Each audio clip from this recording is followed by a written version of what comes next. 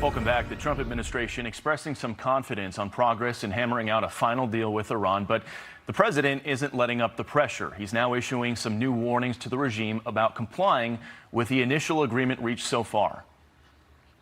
I think Iran, I can say on a sort of a different scale, is in its own way working out very well. Maybe it's hard to say just as well, but maybe almost just as well. And we're doing very well in terms of negotiating a fair and reasonable deal. If Iran doesn't live up to their agreement, or if they're not behaving, I will do what I have to do. Trey Yingst is joining us live in Tel Aviv with the latest on this. Trey?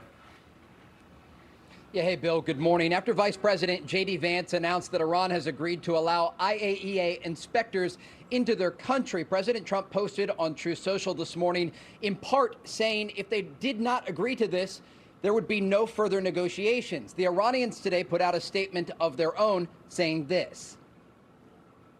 We neither had a meeting with the Director General of the International Atomic Energy Agency, nor do we have any plan for the agency to inspect Iran's nuclear facilities damaged as a result of the U.S. military aggression and the Zionist regime. Fundamentally, there is no procedure in this regard. A U.S. official is directly responding to these comments from top Iranian officials, saying, as President Trump and Vice President Vance have made clear, the Iranians have agreed to robust IAEA inspections of the remains of their nuclear weapons program, which was totally obliterated by Operation Midnight Hammer and Operation Epic Fury. This official goes on to say the Iranian regime will say what they have to say for their domestic audience, but the fact remains that we've reached a major milestone toward permanently ending Iran's nuclear program. Now, President Trump spoke from the Oval Office on Monday, saying that if Iran doesn't live up to their end of the agreement, he'll do what he has to do. The focus over the next 60 days will remain on addressing Iran's nuclear ambitions and keeping the Strait of Hormuz open. With the initial agreement in place, millions of barrels of crude oil are leaving the Persian Gulf each day. We took in more oil yesterday than has ever gone through the Strait. You probably see that we have an oil gusher. The Strait is totally open. You know that, and we're negotiating. We'll see how that all goes. But we have two things: we have an open Strait, and we have a country that will never have a nuclear weapon. Will never, ever have a nuclear weapon. On Monday, the U.S. Treasury authorized Iranian oil sales, temporarily waiving long-placed sanctions against the Iranian regime. The sanctions relief will be controlled by the United States, and unfrozen money Iran receives in the future will be used to purchase food and medical supplies for the Iranian people, according to President Trump. Now, since the meeting in Switzerland, we have seen a reduction in the tension between Israel and Hezbollah, another key point in this broader memorandum of understanding. The Israelis say they did take some action against Hezbollah gunmen earlier today that were threatening their forces. Bill? All right, Trey Yingst reporting live for us in Tel Aviv, Israel this morning. Trey, thank you. And let's bring in Republican Senator Tim Sheehy of Montana. He's a member of the Senate Armed Services Committee. And we've heard from the president and the vice president, they think things are moving forward pretty well. Are there any major red flags that you see at this moment?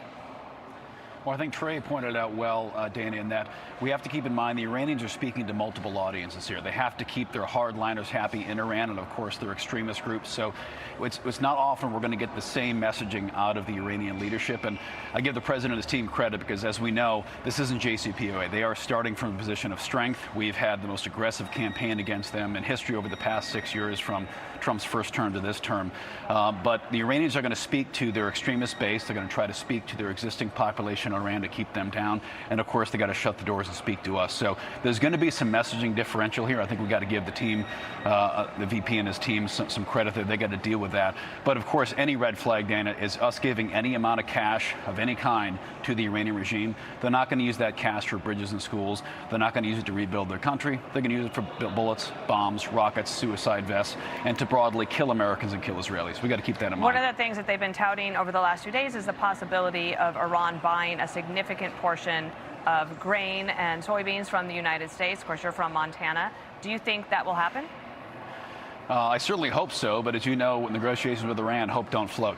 We can't trust them to do what they say they're going to do. We need to make sure there are concrete safeguards wherein we control those funds. For example, if we're going to unfreeze funds, we don't give it to the Iranians and hope they buy American farm goods. We say, great, we'll take that money and we will buy American farm goods with it. We'll take your frozen assets, buy those farm goods, and we'll ship them to you. But we cannot give them pallets of cash and hope they do the right thing with it. They've shown time and again we can't reward bad behavior, and the Iranian regime has a history of very bad behavior. So giving them control over any financial movement with regard to this deal, I think, is a huge red flag. So the proper controls are key, and controls cannot include trust. Trust is not a control. A control means we hold it and we are in control of it. The big kahuna, the issue of the nuclear weapons program and the dust that they have remaining, it's a concern. General Keane was on yesterday about that. The IAEA has been conducting inspections in Iran for decades dealing with nuclear things. They're told where to go, they're told what time to come and how much time they're going to spend there. And other places where they need to go and should go, they're not permitted to go. They have been manipulated by Iran for years. I'm not saying they shouldn't come, but we need to have U.S. inspectors qualified to do this. Obviously, based on your information, I know you can't reveal anything classified. Do you believe that this next era with IAEA would be one where we would have more direct eyes on what's happening in the country? We need to, because the general's absolutely right. I mean, these inspectors can't be coming from countries who have openly supported Hamas and openly supported the Iranian cause. Let's not forget the IAEA is largely a European-populated organization. The Europeans have not exactly been our friends in this latest phase of the conflict. In fact, in many cases, they have declared Israel a war criminal. So politically, they're not really aligned with ensuring Iran doesn't get a nuclear weapon. So the IAEA, whatever that inspector framework looks like, it needs to be American inspectors, and we need to have free reign to inspect anything in the country we want. As he pointed out, it's like the Chinese Wuhan Institute inspectors. When we sent people there, the Chinese kept them in the single van, told them what they could look at and what they could see. That's not an inspection. That's a kid's play on stage. We need to make sure that actual controls are in place. One last quick question, if you don't mind. It's this from the Wall Street Journal, that as war with the U.S. eases, Iran steps up hangings of dissidents, and the regime is trying to consolidate its hold on power at home through fear. Anything we should know about that? Well, of course, this is the only way the IRGC has stayed in power for 47 years, is brutal, disgusting repression. And it's terrible to hear of all that going on, as we've known. This is nothing new, but this is the character of the regime. You know, America will go to great ends to save a single American life, as we saw when we rescued our one air crewman, and while at the same time Iran will go to great lengths to murder its own people at scale. So these are not our friends, and we can't trust them. Senator Sheehy, thanks for being on America's Newsroom. Thank you. Be sure to like and subscribe for all the Fox News latest on YouTube, and catch full shows streaming now on Fox One.